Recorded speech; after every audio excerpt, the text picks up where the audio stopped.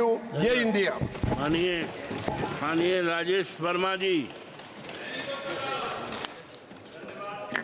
अध्यक्ष महोदय, आज आपने शिक्षा पर अनुदानों की मांग पर हो रही चर्चा पर मुझे बोलने का अवसर दिया।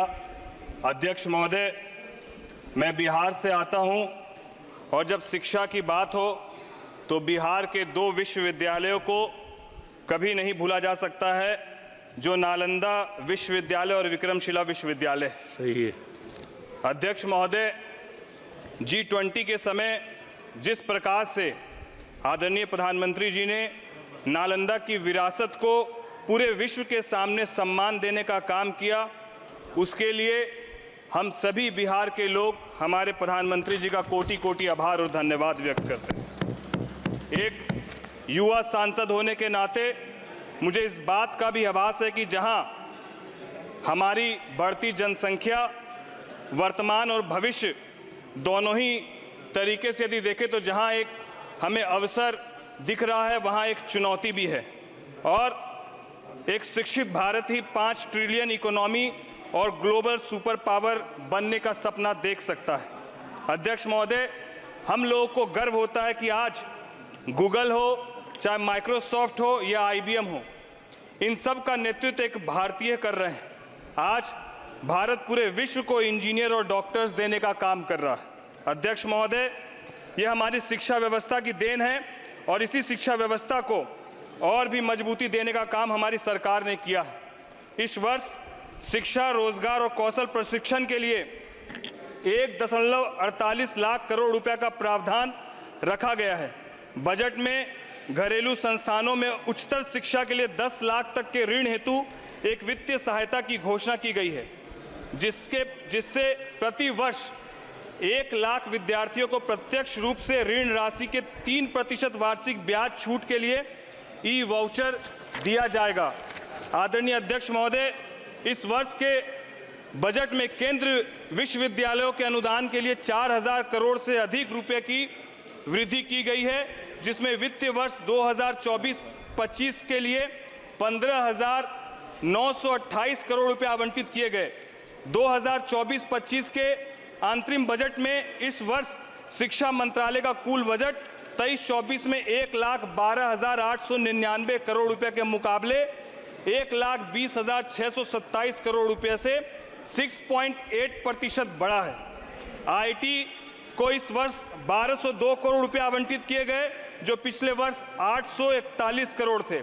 NITs को 5,040 करोड़ दिए गए, जो पिछले वर्ष 4,820 करोड़ रुपए थे।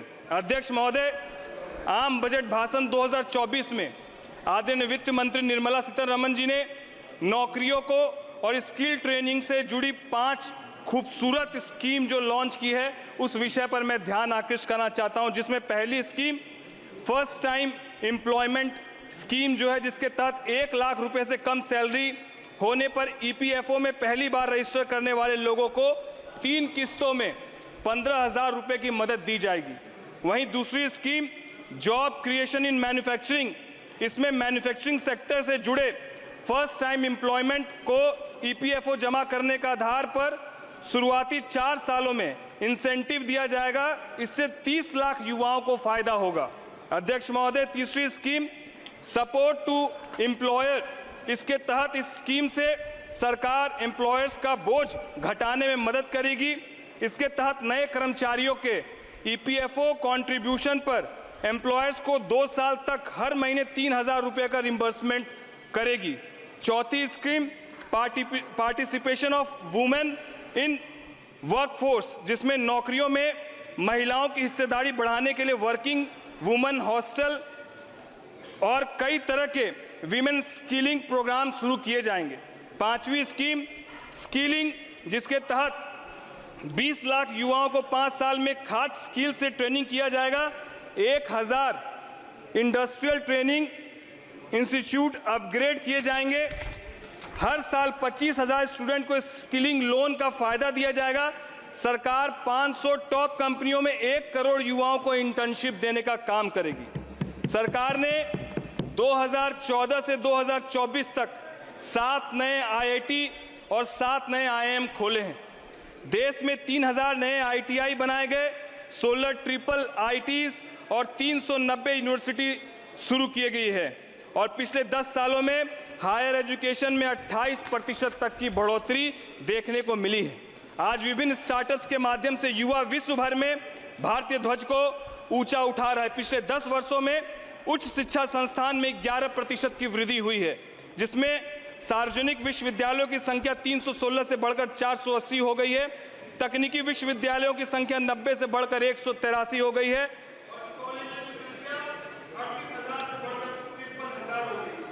आदरणीय अध्यक्ष महोदय, इन सभी के विकास और बेहतर शिक्षा के लिए सरकार पूरी तरीके से प्रयासरत है और कस्तूरबा गांधी बालिका विद्यालय के माध्यम से आज 5116 कस्तूरबा गांधी बालिका विद्यालयों में 7.07 लाख छात्राएं पढ़ रही है और प्रधानमंत्री उन्नत भारत विद्यालय के माध्यम से 14,500 आदर्श विद्यालयों की स्थापना की जा रही है। इस वर्ष 10,080 PM श्री स्कूलों के लिए 5,942 करोड़ रुपए की मंजूरी दी गई है। आदरणीय अध्यक्ष महोदय, आपके माध्यम से मैं एक प्रमुख विषय जो बिहार का भी है उसको उठाना चाहूंगा, जो सेशन डिले का विषय है, जहां एक तरफ बिहार के हमारे नौजवान साथी शिक्षा दीक्षा के क्षेत्र में कड़ी मेहनत करके अपने जीवन को बदलने के लिए प्रयासरत है, वहीं पर यूनिवर्सिटीज का सेशन 3 साल के बजाय 5-5 सालों में पूरा होता है, जिससे वो अपने आगे आने वाली जो पढ़ाई है उसको पूरी ठीक ढंग से पूरा नहीं कर पाते। मैं चाहूंगा उस ओर आपका ध्यान आकृष्ट हो, और क्योंकि ये बात बिहार की है और युवाओं की है, तो मैं कहना चाहूंगा कि बीज बोलो फूल खिलकर चमन को बहार देंगे और आप दिशा दे दो, बिहार के नौजवान इस राष्ट्र को संवार देंगे, इस राष्ट्र को संवार कर देंगे। साथ ही साथ मैं चाहूंगा कि मेरे लोकसभा क्षेत्र खगड़िया में अध्यक्ष महोदय एक यूनिवर्सिटी की मांग आपके माध्यम से करना चाहता हूं, और साथ ही साथ खगड़िया जो तकनीकी शिक्षा के लिए युवाओं के लिए एक इंजीनियरिंग कॉलेज की मांग कर रहा है, मैं चाहूंगा इस ओर भी आपका ध्यान आकृष्ट हो अध्यक्ष महोदय। साथ ही साथ मैं जितने भी हाई स्कूल्स हैं उनको मॉडल स्कूल विद्यालय के रूप में आपके सहयोग से तब्दीली मिले, ये आपसे मैं उम्मीद करता हूं। और ज्यादा नहीं कहते हुए अंत में बस यही कहता हूं कि तेरी हिम्मत तेरी लड़ाई से जानी जाएगी और तेरी किस्मत तेरी पढ़ाई से जानी जाएगी। इन्हीं चंद बातों से कहते हुए मैं शिक्षा की अनुदानों की मांग का पूरा समर्थन करता हूं।